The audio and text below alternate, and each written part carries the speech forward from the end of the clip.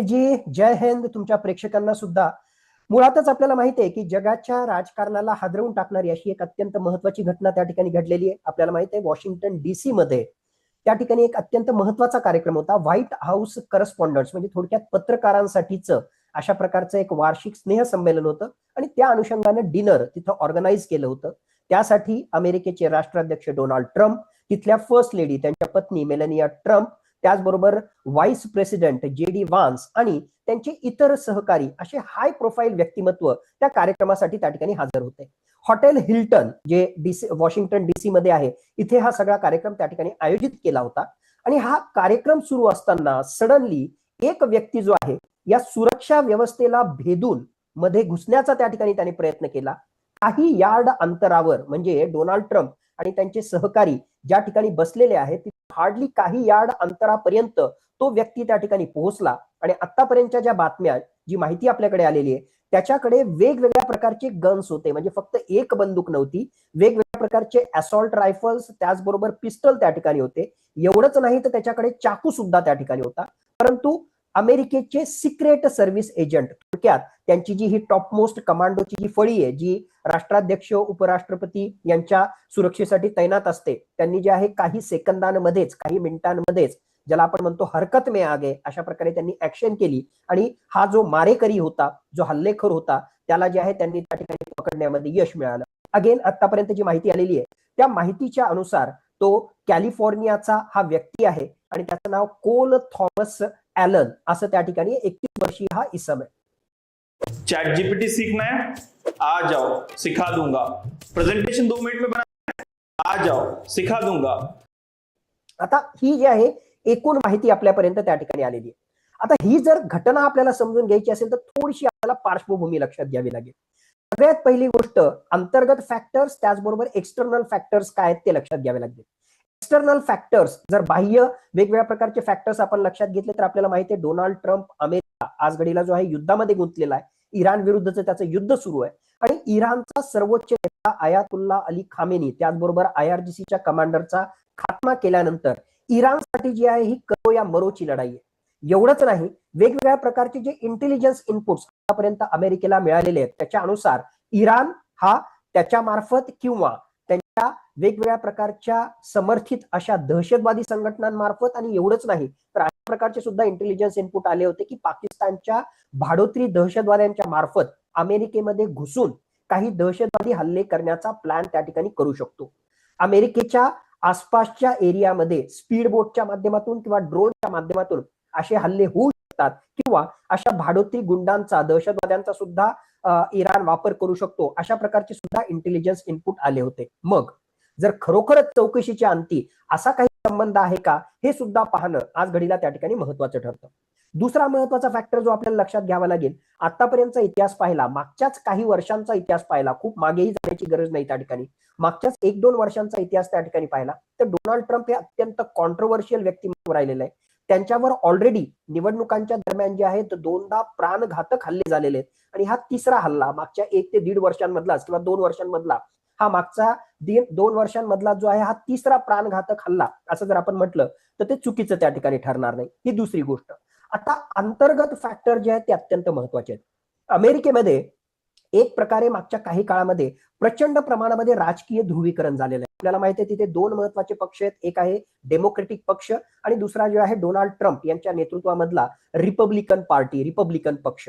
आणि त्यांच्यामध्ये राजकीय ध्रुवीकरण जे आहे प्रचंड प्रमाणामध्ये आणि त्यातल्या त्यात ज्या प्रकारे या डोनाल्ड ट्रम्प यांच्या दुसऱ्या राष्ट्राध्यक्ष कार्यकालामध्ये ज्या प्रकारचे त्यांनी निर्णय घेतलेले आहेत आणि त्याच्यामुळे एकूणच अमेरिकेमध्ये महागाई ज्या प्रमाणामध्ये वाढलेली आहे, त्याचबरोबर इराण युद्धाशी संबंधित तिथली बरीचशी जनता जी आहे ती नाराज आहे, रस्त्यावर त्या ठिकाणी उतरलेली आहे. आणि आज घडीला जर डोनाल्ड ट्रम्प यांचं अप्रुव्हल रेटिंग आपण जर पाहिलं तर साधारणतः 64% जनता ही डोनाल्ड ट्रम्प यांच्या विरोधामध्ये. म्हणजे महागाईचं वातावरण आहे, इराण युद्धाशी संबंधित विरोधाभास हा तिथल्या जनतेमध्ये त्या ठिकाणी दिसून येतोय आणि ही सगळी राजकीय ध्रुवीकरणाची तिथली परिस्थिती त्या ठिकाणी पाहिली तर कुठे ना कुठेतरी जे आहे अशा काही लोकांचा ज्यांचा याला विरोध आहे अशा विरोधकांचा सुद्धा या हल्ल्यामध्ये काही समावेश आहे का हे सुद्धा पाहणं आपल्याला त्या ठिकाणी महत्वाचं ठरतं. म्हणजे एक्सटर्नल फॅक्टर आहेत, इंटरनल फॅक्टर आहेत आणि माझ्या मते तिसरा सर्वात महत्वाचा फॅक्टर खरं म्हटलं तर अमेरिकेमध्ये झालेला हा काही पहिला हल्ला नाही. आतापर्यंत जर आपण पाहिला इतिहास तर वेळोवेळी अशा प्रकारचे गन लायसन्सशी संबंधित, म्हणजे जगामधलं अमेरिका हे टॉपमोस्ट नेशन असेल जिथे अत्यंत लॅक्स, अत्यंत सैल अशा प्रकारचे गन लायसन्सिंग नॉर्म्स आहेत. म्हणजे कुठलाही व्यक्ती अत्यंत सहजगत्या तिथे जे आहे बंदुकीशी संबंधित परवाना, लायसन्स त्या ठिकाणी घेऊ शकतो. आणि म्हणून वेळोवेळी अशा प्रकारे गनमॅनच्या माध्यमातून, बंदूकधाऱ्यांच्या माध्यमातून तिथे हल्ले होण्याचे प्रकार हे नेहमीच त्या ठिकाणी होत असतात. मग अशा या नियमांचा आपल्या फायद्यासाठी वापर करून काही दहशतवादी तत्वांच्या मार्फत किंवा डोनाल्ड ट्रम्प यांच्या राजकीय विरोधकांच्या मार्फत किंवा जे एक्सटर्नल फॅक्टर आहेत जी आपण त्या ठिकाणी चर्चा केली होती, ज्यामध्ये इराणचा सुद्धा समावेश प्रत्यक्ष किंवा अप्रत्यक्ष होतो, त्यांचा काही यामध्ये समावेश होता का, हे सगळं आपल्याला पाहणं आवश्यक आहे. आणि म्हणून या घटनेचं विश्लेषण करताना ही सगळी पार्श्वभूमी आपल्याला लक्षात घ्यावी लागेल. आतापर्यंत डोनाल्ड ट्रम्प यांनी जी पत्रकार परिषद घेतली आणि अपेक्षेच्या अनुरूपच त्या ठिकाणी होतं. मी सकाळपासून ऑलमोस्ट 6:30-7 पासून वेगवेगळ्या चॅनलवर याच्या विश्लेषण करतोय आणि या पत्रकार परिषदेच्या अगोदरच मी त्या ठिकाणी सांगितलं होतं की डोनाल्ड ट्रम्प हे काय उदो उदो त्या ठिकाणी करतील. एक सिक्रेट सर्व्हिस एजंट्सनी कशा प्रकारे जे आहे अत्यंत प्रॉम्प्टली त्या ठिकाणी ऍक्ट केलं, बरोबरच आहे, त्यात काही त्या ठिकाणी चुकीचं नाही. पण लॉ अँड ऑर्डरशी संबंधित किंवा इंटेलिजन्स फेल्युअरशी संबंधित ते अपयश जे आहे आपल्या माथी मारून घ्यायला डोनाल्ड ट्रम्प यांचं प्रशासन कुठेही त्या ठिकाणी तयार नाही. सगळा उदो उदो आणि असं दाखवायचं की जे आहे सगळं अलबेल आहे, सगळं जे आहे आमच्या कंट्रोलमध्ये त्या ठिकाणी त्याच्यात आहे. आणि बरं त्याच्याही पलीकडे जाऊन की ज्या ऑफिसरवर गोळीबार त्या ठिकाणी झाला या सगळ्या चकमकीमध्ये, तर त्याच्याकडे जे आहे जे बुलेट प्रूफ वेस्ट होतं, म्हणजे थोडक्यात जे चिलखत होतं, आमच्याकडे अत्यंत उत्कृष्ट प्रतीचं जे आहे डिफेन्स प्रोक्युअरमेंट आहे, चिलखत आहे, म्हणून त्याचा जो आहे जीव वाचला, हेही सांगायला ते कमी त्या ठिकाणी पडले नाही.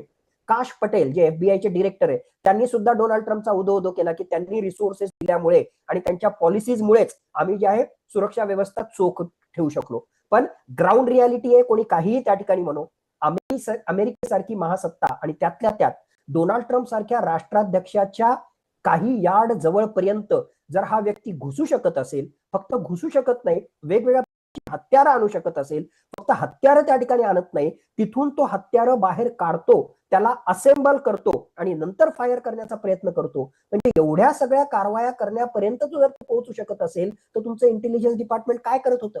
सिक्रेट सर्व्हिस एजंट्सचं हे फेल्युअर आहे, एफबीआयचं फेल्युअर आहे आणि माझ्या मते एकूणच सुरक्षा व्यवस्थेचं हे फेल्युअर आहे. हे प्रकर्षानं आपल्याला जे आहे त्या ठिकाणी नमूद करावं लागेल, हे नक्कीच आपल्याला त्या ठिकाणी लक्षात घ्यावं लागेल. आता ही झाली घटना आणि घटनेचं विश्लेषण आणि नक्कीच येणाऱ्या काही काळामध्ये सो दैट्स द स्ट्रैटेजी। एक धंधे को बिजनेस बनाने के लिए क्या आणखीन नेमकं याच्या मागचे कारण काय होते, खरोखरच एक्सटर्नल फॅक्टर काही होते का, दहशतवादी तत्व त्या ठिकाणी होते का, हे सगळं लक्षात येईल. पण आता तरी अमेरिका आणि डोनाल्ड ट्रम्प हे त्या ठिकाणी म्हणतायत की दिस वॉज लोन वुल्फ अटॅक, म्हणजे मानसिक दृष्ट्या अशा प्रकारचा जो आहे एखादा पागल माणूस किंवा एक्स्ट्रीमिस्ट यानं केलेलं हे कृत्य, अशा प्रकारचा स्टान्स अमेरिका आज घडीला तरी घेताना आपल्याला त्या ठिकाणी दिसतो. आता ही झाली घटना आणि घटनेशी संबंधित विश्लेषण. आता दुसऱ्या अँगलला आपण करू. नक्कीच ही घटना निषेधार्ह आहे. कोणीही जर अशा प्रकारे हल्ला करत असेल किंवा हिंसाचार त्या ठिकाणी करत असेल तर कोणीही सुज्ञ माणूस याला त्या ठिकाणी सपोर्ट करणार नाही. आणि त्याच अनुषंगानं भारतासारखं राष्ट्र आणि भारताचे प्रधानमंत्री नरेंद्र मोदी यांनी सुद्धा जे आहे त्याविषयी कॉमेंट त्या ठिकाणी केलेलं आहे की त्यांचे मित्र, परम मित्र डोनाल्ड ट्रम्प यांच्यावर जो हल्ला त्या ठिकाणी झालेला आहे त्याचा निषेध केलेला आहे. माझ्या मते प्रोटोकॉलच्या पॉईंट ऑफ व्ह्यूनं, भारत सरकारच्या भूमिकेच्या पॉईंट ऑफ व्ह्यूनं यात काहीही चुकीचं त्या ठिकाणी नाही अशा प्रकारे त्या ठिकाणी कॉमेंट देणं. परंतु किंतु इथपर्यंत जे आहे सगळं आलबेल, परंतु किंतु आता हे महत्वाचं त्या ठिकाणी, जर कोणी म्हणत असेल की मागच्या ऑलमोस्ट 6 आठवड्यांमध्ये अमेरिका आणि इराण यांचा जो संघर्ष सुरू आहे त्या संघर्षामध्ये भारताची भूमिका ही कुठेतरी अमेरिकेच्या बाजूने झुकलेली आहे, भारताची भूमिका ही न्यूट्रल नाहीये, निष्पक्ष नाहीये, असं जर कोणी त्या ठिकाणी म्हणत असेल तर मग माझ्या मते सरकारला किंवा नरेंद्र मोदी यांना वाईट वाटू नये. मी का हे म्हणतोय, कारण आपण जर पाहिलं असेल तर या मागच्या 6 आठवड्यांमध्ये काय झालं, अमेरिकेनं 28 फेब्रुवारीला जबरदस्त हल्ले केले आणि इराणचा त्या ठिकाणचा अयातुल्ला अली खामेनी, त्यांच्या धर्मसत्ताक राजपद्धतीचा प्रमुख, त्या धर्मगुरूचा जो आहे पहिल्या काही सेकंदांमध्येच खात्मा त्या ठिकाणी केला.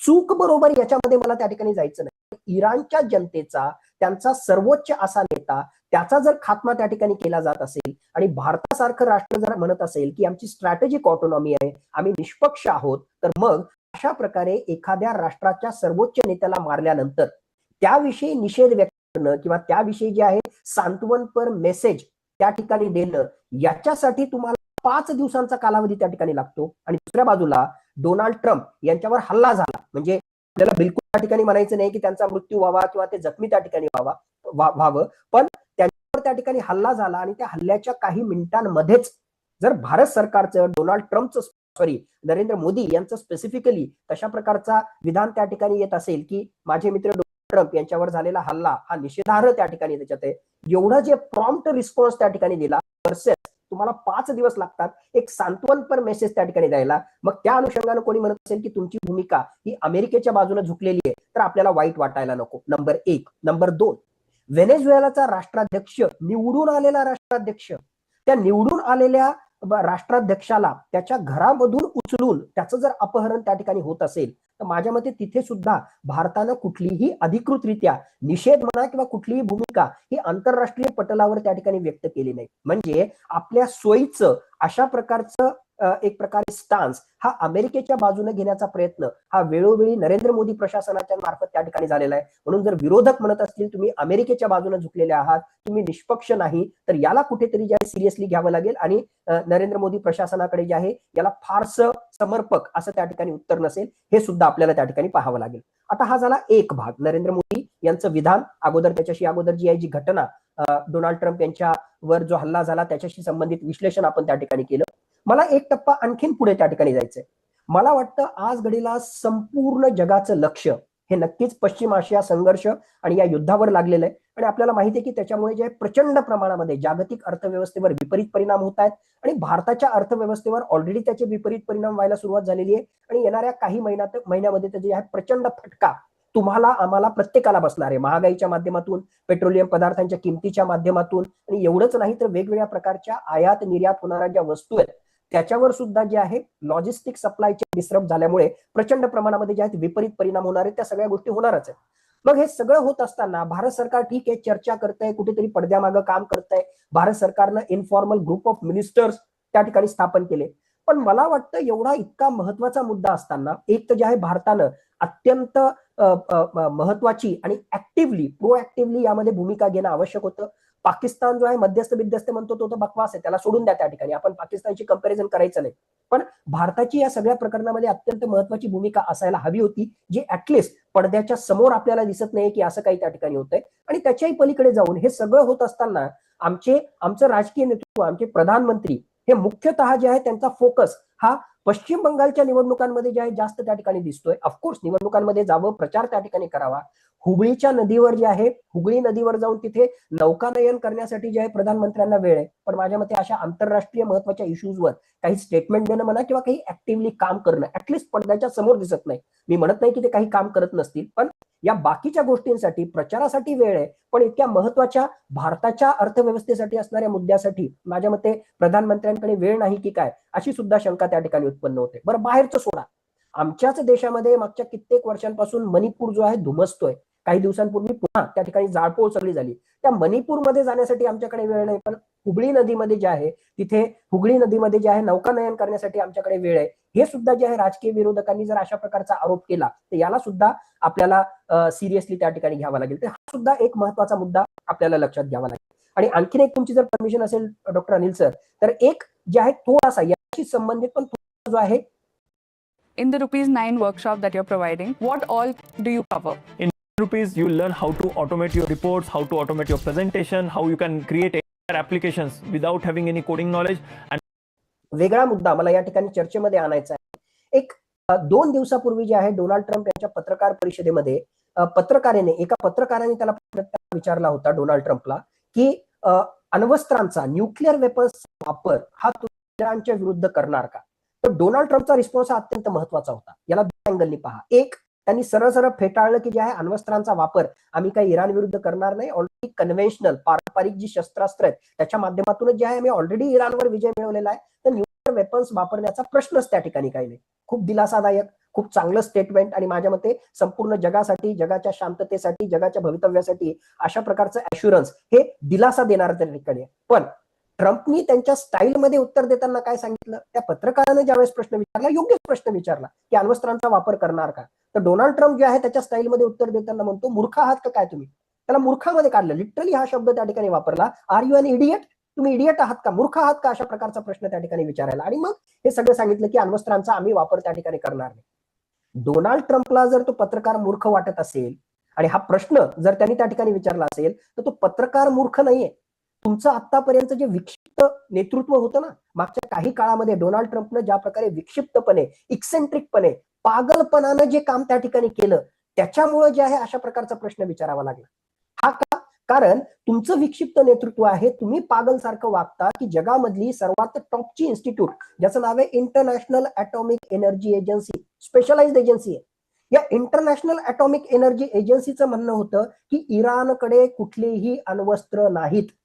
IAEA असं म्हटलेलं असताना सुद्धा तूच जे आहे पागलसारखं नेतृत्व त्या ठिकाणी केलं आणि 28 फेब्रुवारीला नाही इराण जे आहे अण्वस्त्र बनवतोय म्हणून आम्ही त्यांच्यावर त्या ठिकाणी हल्ला केला. मग पागल कोण? तो पत्रकार का डोनाल्ड ट्रम्प? एक गोष्ट.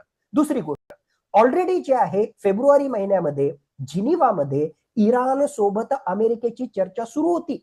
एक दिवस अगोदरच ती चर्चा जी आहे त्या ठिकाणी होती आणि येणाऱ्याही काही दिवसांमध्ये पुन्हा ही चर्चा त्या ठिकाणी अशीच सुरू राहील अशा प्रकारचे इंडिकेशन्स येत होते. अशी चर्चा सुरू असताना त्या चर्चेच्या मध्येच अशा प्रकारे इराणवर हल्ला करणं, मग पागल कोण, मूर्ख कोण? डोनाल्ड ट्रम्प यांचं नेतृत्व का त्या पत्रकाराचा त्या ठिकाणी प्रश्न? तुमच्या अशा मूर्खपणाच्या निर्णयामुळेच अशा प्रकारचा अण्वस्त्र वापरण्याचा सुद्धा मूर्खपणाचा निर्णय हा तुम्ही घेणार का, अशा प्रकारचा प्रश्न हा त्यांनी त्या ठिकाणी विचारला होता. तिसरी गोष्ट, या युद्धाच्या दरम्यान सुद्धा तुम्हीच क्लिअर नाही, तुम्हीच कन्फ्युज आहात की नेमकं जे आहे तुम्हाला उद्दिष्ट काय हासिल करायची आहे. एकदा म्हणताय की जे आहे आम्हाला रेजिम चेंज करायचा, सत्तांतर करायचं. एकदा म्हणता की आम्हाला जे आहे इराणचं एकूणच निशस्त्रीकरण करायचं. एकदा म्हणता की जे आहे हुर्मुझची सामुद्रधुनी आम्हाला मोकळी करायची. एकदा म्हणता की जे आहे त्यांच्याकडे जे एनरिच्ड युरेनियम आहे ते एनरिच्ड युरेनियम आम्हाला ताब्यामध्ये घ्यायचं.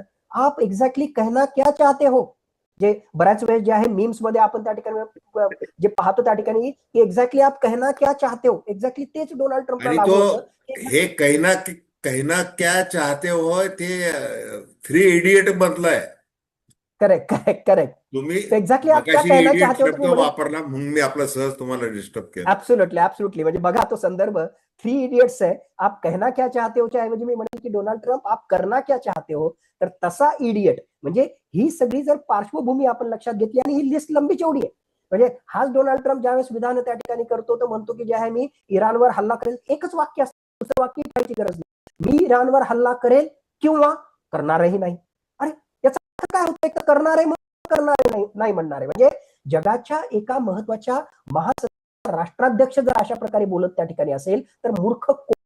हा प्रश्न तुमच्या आमच्या मनामध्ये जो आहे नक्कीच त्या ठिकाणी पडतो. तो पत्रकार मूर्ख आहे का डोनाल्ड ट्रम्प मूर्ख आहे? आणि डोनाल्ड ट्रम्पचा इतिहास पाहता आणि त्या प्रकारचं विक्षिप्त नेतृत्व पाहता त्या प्रकारचा प्रश्न त्या पत्रकारांना विचारला होता, हेही आपल्याला त्या ठिकाणी द्यावं लागेल. एकूणच ही सगळी घटना पाहता माझ्या मते या घटनेचं विश्लेषण ही एक बाजू आपण त्या ठिकाणी केली. भारताची भूमिका माझ्या मते स्पष्ट वाटते की भारतानं बरंचसं काही म्हणजे यामध्ये प्रोएक्टिव्हली माझ्या मते या संघर्षामध्ये बरंचसं काही करायची गरज त्या ठिकाणी होती, जी पडद्याच्या समोर होत आपल्याला दिसत नाही. माझ्यासारखा भोळा भाबडा माणूस त्या ठिकाणी अपेक्षा करतो की पडद्याच्या मागे खरोखरच भारत जे आहे प्रोएक्टिव्हली भूमिका घेत असेल अशी आशा करूया. पण जर करत नसेल तर माझ्या मते जे आहे भारत पुन्हा एकदा खूप मोठी संधी त्या ठिकाणी मिस करतोय. आंतरराष्ट्रीय पटलावर खऱ्या अर्थानं इमर्जिंग सुपर पॉवर म्हणून उदयास येण्याची आणि त्याहून महत्वाची भारताचं हित, मुख्यतः आर्थिक हित जपण्यासाठी आणखीन जरा जे काही बोल्डली करायची गरज होती ते भारत त्या ठिकाणी करत नाहीये.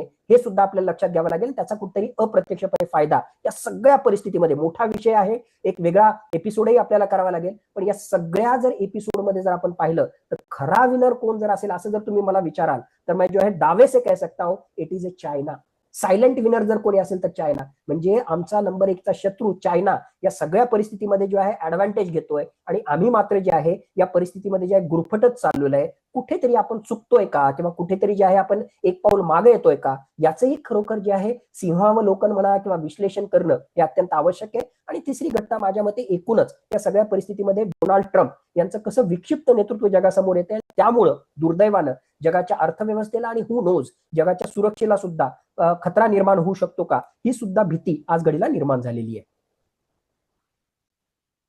ढगे सर, तुम्ही जे काही चित्र उभं केलं की नेमकी काय म्हणजे हुर्मुझ नदी त्या याच्यापासून सागर होर्मुझची सामुद्रधुनी. याच्यापासून सामुद्रधुनीपासून तर व्हाईट हाऊस पर्यंत, नंतर इकडं दिल्लीत हे जे काही त्रिकोण तुम्ही जो काही उभा केला, आणि त्याच्यामध्ये नेमकी आता या वर्तमान स्थितीत काय परिस्थिती आहे, म्हणजे आता काही विश्लेषक जे आहेत ते असं म्हणू शकतात की हे पहिले पंतप्रधान पंडित जवाहरलाल नेहरू यांची धोरणं चुकल्यामुळंच 2026 ची ही परिस्थिती निर्माण झालेली आहे असं म्हणू शकतात. अशा प्रकारचे वाद घातले जातात आणि मग नेमकं आपलं चुकतंय कुठं या संबंधी तुम्ही नरेंद्र मोदी किंवा भारत सरकार यांच्याबद्दल आकसापोटी बोललेलं नाहीये. तुम्ही एक अभ्यासक म्हणून आणि आंतरराष्ट्रीय संबंधामध्ये कशा प्रकारचं सौजन्य बाळगलं पाहिजे, त्याची सभ्यता काय आहे, म्हणजे तुम्ही जे उदाहरण दिलं टीका करण्यासाठी उदाहरण दिलेलं नाही की उबळी नदीमध्ये जाऊन फोटोग्राफीला वेळ आहे किंवा मणिपूर काय, हे त्याच्या संबंधी एक राजकीय टीकाकार म्हणून तुम्ही बोलत नाहीये, तुम्ही एक अभ्यासक म्हणून बोलताय. मग ज्या वेळेला तुम्ही असं म्हणताय की डोनाल्ड ट्रम्प यांच्यावर हल्ला झाला की तात्काळ प्रतिक्रिया की, आणि मात्र ह्या खोमेनी यांची हत्या झाल्यानंतर मात्र 5 दिवस, हे जे काही तुम्ही फरक सांगितला तो मुद्दा समोर ठेवून तुम्ही बोललेला आहात. बोला सर. नक्कीच. आणि जी फक्त मला एक मुद्दा त्या ठिकाणी ठेवायचा आहे, आणि तुम्ही एकदम राईटली पॉइंट आउट केलं. मुळात जे आहे, मला वाटतं की भारतामध्ये राजकीय दृष्ट्या 2च प्राणी आहेत, एक मोदी भक्त किंवा दुसरे मोदी विरोधक. पण मला जर तुम्ही विचाराल तर आपण मुद्द्यांच्या आधारावर खरोखरच एकूणच जो भारत सरकार आहे, तो भारतीय जनता पक्ष सुद्धा तो बरोबर करतोय का चूक करतोय या अनुषंगाने घेतली पाहिजे. ऑल ऑर नन या फेनॉमेनन मध्ये नाही ठेवायला पाहिजे. आणि तुम्ही जर पाहिलं असेल तर काही वर्षांपासून उघडपणे माझी भूमिका मांडतोय. बऱ्याच वेळेस जे आहे डंकी की चोट पर नरेंद्र मोदी सरकारनं जे काही निर्णय त्या ठिकाणी घेतलेले आहेत, 100% त्यांच्या पाठीशी मी उभा राहून जे मला जे वाटतं भूमिका मी त्या ठिकाणी मांडत आलेलो आहे. असेही खूप सारे इन्सिडेन्सेस आहेत, आणि असेही खूप सारे इन्सिडेन्सेस आहेत की सरकट फक्त जे आहे एकाच बाजूने त्या ठिकाणी बोलण्याच्या ऐवजी जर त्यामध्ये कुठे कमी पेशी दिसली तर जे आहे न घाबरता ती कमतरता सुद्धा दाखवण्याचं एक प्रकारे जे आहे धाडस मी त्या ठिकाणी केलेलं आहे. म्हणून मला वाटतं की आपण जे आहेत सुज्ञ नागरिक आहोत, आपण जे आहेत मतदार आहोत, सुज्ञ नागरिक आहोत. फक्त जे आहे Please stop using ChatGPT and Canva like children's toys. So what do you do then? First, stop scrolling. Second, download Cursive. Third, use it. कही सुनी बाते, मग सो कॉल्ड कोणी विश्लेषक असतील किंवा काही मेन स्ट्रीम मीडियाच्या माध्यमातून जे दाखवलं जातं तेच सरळ सरळ जे आहे खरं मानणं, याच्याऐवजी माझ्या मते जे आहेत आपण इनपुट्स घ्यावेत. देवानं हे जे डोकं जे दिलेलं आहे त्याहून महत्वाची जी प्रखर राजकीय बुद्धी आपल्या प्रेक्षकांना त्या ठिकाणी दिलेली आहे, ती जर आपण त्या ठिकाणी वापरली आणि मग त्याच्या आधारावर जर आपण आपला निर्णय त्या ठिकाणी बनवला तर तो योग्य होईल. म्हणून सरसकट नेहमीच माझ्या मते जे आहे प्रत्येक गोष्ट जी नरेंद्र मोदींनी केली ती बरोबरच असते, किंवा प्रत्येक गोष्ट नरेंद्र मोदींनी केली म्हणजे जे आहे ती चूकच आहे असं मानणं कुठेतरी माझ्या मते चुकीचं आहे. म्हणूनच there is no black and white, काही ग्रेइश शेड पण असतात, आणि ते करेज ठेवून, ते धैर्य ठेवून वेळोवेळी जे आहे ते ग्रेइश शेड सुद्धा समोर मांडणं हे तुमचं आमचं सुद्धा मला वाटतं माझ्या मते काम आहे. म्हणूनच तुम्ही सांगितलं की एक अभ्यासक म्हणून किंवा जेवढी काही मला अक्कल आहे त्याचा उपयोग करून त्याचा विश्लेषण करण्याचा आणि उदाहरणं देऊन समोर त्या ठिकाणी ठेवण्याचा प्रयत्न हा माझा नेहमीच त्या ठिकाणी होत असतो. आणि आजचं विश्लेषण सुद्धा हे कुठल्या एका व्यक्तिविशेषाविरुद्ध नाहीये, तर माझ्या मते एक भारतीय म्हणून, प्राऊड भारतीय म्हणून भारताचं नेतृत्व कुठे कमी पडतो का हे माझ्या मनामध्ये कुठेतरी येतंय. म्हणून काही उदाहरणादाखल ते घेऊन मी ते जे आहे समोर ठेवण्याचा प्रयत्न आजच्या या विश्लेषणातून केलेला आहे. बरं का ढगे सर, तुम्ही अशा प्रकारे तटस्थपणे एक अभ्यासक म्हणून जे काही विश्लेषण करता त्यामुळंच तुम्हाला सगळी प्रसार माध्यमं बोलवत असतात, हे लक्षात घ्या. मी जसं म्हटलं की राजकीय टीकाकार म्हणून तुमची कुठली कॉमेंट नसते, तुमचं एक अभ्यासक म्हणून असतं, म्हणजे ते तटस्थ भूमिकेतून असतं जे सर्वसामान्य माणसाला अपेक्षित आहे. मग आता डोनाल्ड ट्रम्पची लोकप्रियता तुम्ही सांगितली की 64% त्यांच्या विरोधात ती आहे, जनमत तिकडचं. त्याच्यानंतर मधल्या